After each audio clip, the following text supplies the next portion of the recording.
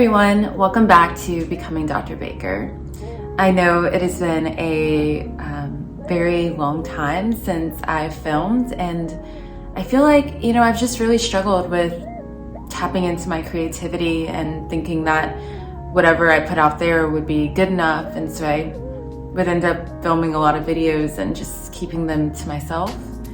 And I'm really trying to push myself to break that and to remember that, my voice has value and that maybe people will get something from these videos. So thank you for being patient with me. And as I get back into content creation, I am really excited just to pull from a place of authenticity and just being myself and putting, whatever creative, creative person I am out into the world. As most of you know, it is now my second semester of my second year that I'm wrapping up, and it's kind of insane to think that in just a few weeks I'll be officially a third year in our program, and it feels like I literally just started. I'm not sure if that's because of the pandemic or just because time is flying, I don't know, but it's really crazy to think that soon I will have this Ph.D. and it's everything that I've been becoming and working towards for such a long time. My second semester of year 2 has been challenging, gratifying, exciting in many different ways. I feel like I really started tapping into a lot of my own personal power and just who I am as a person. I think when you pursue a PhD or, you have goals when you are in your early to mid 20s, it can just feel like you're trying to figure out yourself while also pursuing these things that you may not be 100% sure of. I know I've definitely struggled with feeling like everyone is so sure of their future and what they want. And for me, everything is so in flux, which can be really liberating, but also very scary to think that, I don't actually know what's going to happen after I get this PhD. I have so many ideas in my head. I can see myself pursuing media and TV full time, which is probably my dream. Or, maybe I will end up in the academy and doing research for, a period of time. I don't know, I'm open to it all. So my second semester has really been me just kind of learning to be okay with being in flux, but also trying to nail down some things that I am absolutely sure of that I do want to accomplish throughout the program, when I finish the program, and just throughout the duration of my life. Something I've noticed that is really important to me is relationships. I feel like I would not have made it throughout this year, last year, without the really special relationships that I've been able to create or relationships that I've maintained. One of those is with mentors, the other is with friends and cohort mates. And then also people who are outside of the academy and outside of my program have really helped to kind of ground me, and relationship building within the community, whether that be online or here in New York City, has helped me I feel become grounded in not only the work I'm doing, but also who I am as a person. And that's been extremely helpful as I navigate this institution that has, been really difficult for me, and I think a lot of other people, just knowing that it's rooted in white supremacy, that it's rooted in oppressive practices, and that, no matter how socially just your program is, no matter how much there is a student focus in your program, it is still under the influence of historically a white supremacist regime. And so anyways, that was such a soapbox, but for me, relationships have been really helpful in kind of keeping me grounded and also helping me stay afloat at the same time, and just who I am and what I'm passionate about. My cohort is really special to me. My lab is really special to me. Mentors outside of the program have helped me, again, just stay in touch with who I am and my reasons for doing this. Maintaining a close relationship with my family has also been really important, and I didn't think that would necessarily happen given the fact that I moved 600 miles away from a lot of my loved ones, but it almost seems that in a way things have strengthened, or bonds have strengthened across time and space because of that move, and because things now have to be more intentional about, like keeping in touch with each other. And so I've found such a depth in my relationships, not only with family, but with everyone else as well, which has been really helpful and cool to see. Another value of mine has been like the mind, body, spirit trinity, and really keeping those things in equilibrium.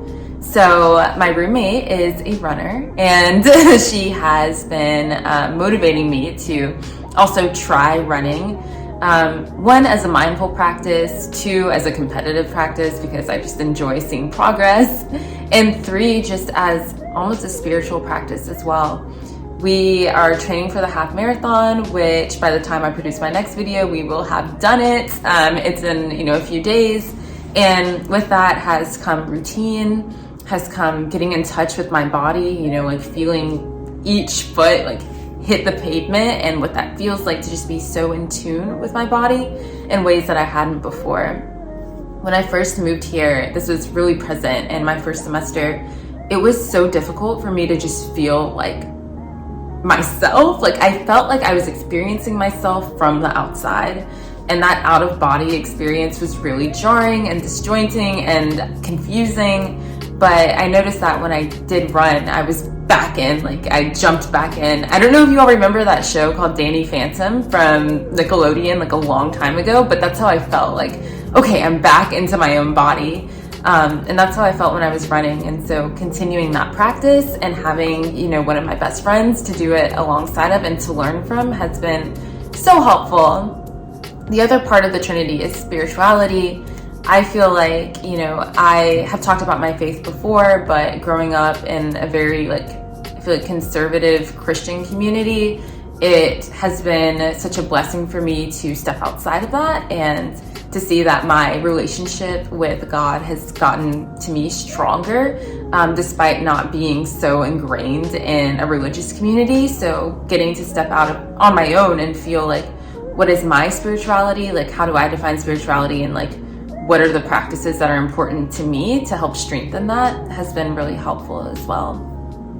The other part of that is mind. And I feel like cognitive overload is it's such a thing in Ph.D. life and in like graduate school in general.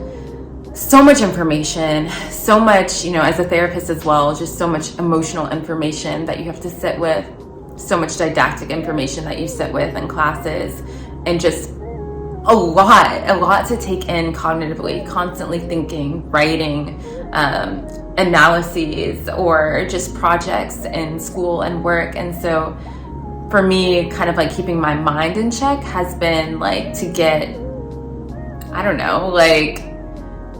has been to take a step away and fill my mind with things that are pleasant and soothing and calming. So reading for pleasure, or watching, documentaries for pleasure, where I'm still learning and I'm taking in information, but information that is helpful. My second semester has also really taught me that adventure is so important. Living in New York City, there is such there's such an opportunity for adventure. There's so many things to do. There's so many things to see, so many people to meet, experiences to have. And for me, adventure is what keeps me going. I could not have a lifestyle where every day is the same.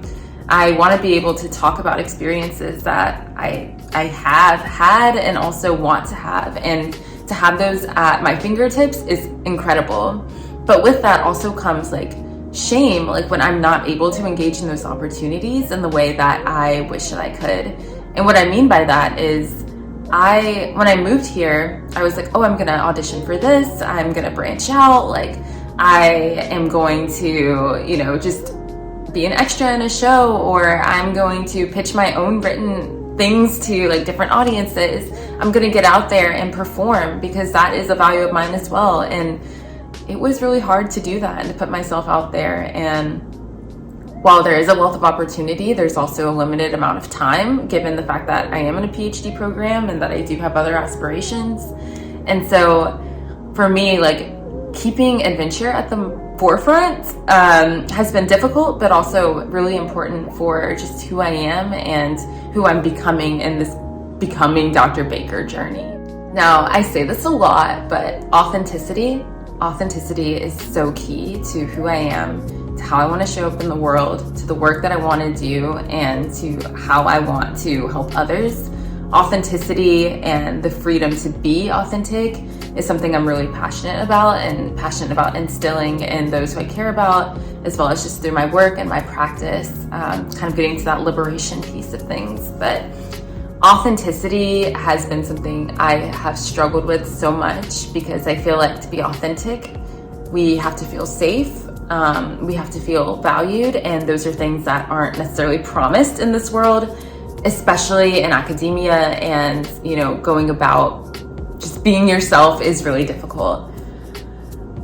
This being year 2, semester 2, I feel like it's something I'm still battling with and still working on immensely. I am really trying to be intentional about how I show up in different spaces, and not self-silencing myself, not monitoring myself all the time, and also encouraging others to do the same. There is a certain level, I feel like, of fakeness that is expected when you're navigating institutions. I think that's really unfortunate. I think that it's unfortunate given the field that we're in mental health and psychological research, where, one of the central values, I feel like, of the field is authenticity. And so for me, it's really important that I learn how to model that in my work and my practice and my mentorship in every space that I am entering and that I'm a part of. Really, really working on that. And it is something that I feel like has come out of year 2 for me, but is still a challenge and still something that I am growing on and working on. Creativity has also been really important. Creativity in the sense of, like, I realize that one of my values is creativity. I don't like being the only or the most creative person in the room, and it's hard to measure creativity, but I found that it was important for me to surround myself with people who have ideas of how to make art out of their everyday practice, whether that practice be research, whether it be clinical work, whether it be friends who are not a part of this academic space and their work is, something different. To make art and adventure and create something out of everyday life, I think, is something that I really value and that I aspire to do. Before, I feel like I had limited my creativity to creating videos like this, or to my personal writings, which I try to be a prolific writer and just keeping things to myself, creative writing or personal writing. I didn't really realize that creativity just spans every facet of my life and who I am. And in year 2 of this PhD program, I feel like I've gotten to see that a little bit more, because there wasn't always the time to create YouTube videos or to write. And so it was like, how do I make art out of this life that I'm living? How is art created in my everyday commute to class? What is the artistry behind, like, the communications and the conversations that I'm having with people every day? What is the art behind sitting and thinking and writing a manuscript? I just feel like really transforming my mind to see things more creatively and also artistically has helped me develop just more of a sense of self and who I am in this program and beyond. Finally, I think the thing that is really important to me is vision and dreams. I think in semester 1 of year 2, I kind of lost, like, my vision. And even talking about it right now, I think is coming up, like, something's coming up for me, just because, like, I used to have a very strong vision, and I feel like that vision is still there, but it's been a while since I've gotten to sit with it, or it's been a while since I've gotten to believe in it. Faith and agency are really important parts or components of having a vision, and I feel like those are the things that I lost throughout this year and that I'm trying to gain back and to build up. Having the faith in my own dreams and my own vision enough to realize them or to put them in action, and that is something that I've seen, in taking a step away from YouTube, because, like, feeling like my videos weren't important enough, that my voice wasn't going to be loud enough, that my voice was not something worthy of being heard by others, has been a struggle. And I mean, I'll be honest, like I received a lot of mostly positive comments on my YouTube channel and the things that I'm doing, but there are some negative things. People would comment on the way I look, my voice, you know, my, just appearance, the things I was saying, and it was difficult for me to grapple with those things. Hearing negative things about me when I'm trying to do something positive or when I am putting myself out there was really hard, and I kind of just shut down. And there were so many times where I wanted to just delete the channel completely, delete my Twitter, log off of Instagram, and just be myself aside from this virtual world. But that's not what my vision is. My vision isn't one where I'm hiding. My vision is actually one where I am putting myself out there, and knowing that what comes along with vision are going to be people who don't completely see it. And oh gosh, that is really hard. It's really hard navigating a space also in academia where I am a creative being, and a lot of times that is looked down upon, or there's a limit to creativity. And for me, trying to mesh who I am as a creative, as an artist, and also as an academic, as a researcher, which I see the integration, and I know a lot of my friends and a lot of people I talk to can easily see that integration, but for many people who are inside the academy, or for many people who aren't a part of the academy, don't really see how those things are related. And it's been hard for me to kind of realize my own vision and to express my vision without that fear or without receiving negative comments and response. So in my semester 2, I think that I've just been taking time to think about that vision and why it's important, and gaining the faith and gaining the, the insight to seeing that like my vision is something that's worthy of putting out there and of pursuing. All in all, I would say that my second year of my PhD has been one of extreme enlightenment, challenge, and growth. I feel like I've taken a lot of coursework. You know, my first semester of year 2, I was taking 17 course hours, like credits. And then second semester, I was taking also a high course load, but in a different way, probably prioritizing clinical work more so, and also my research over didactic coursework. It has been also, such a learning experience for me in finding my voice. I have gotten to serve as one of the co-representatives for the program as far as student leadership. So getting to have my voice heard in a more like institutional capacity has been interesting for me, and how I assert my own power and how I access my own power. I've gotten some cool opportunities. Speaking in front of the Congressional Black Caucus with Ayanna Pressley was like, whoa.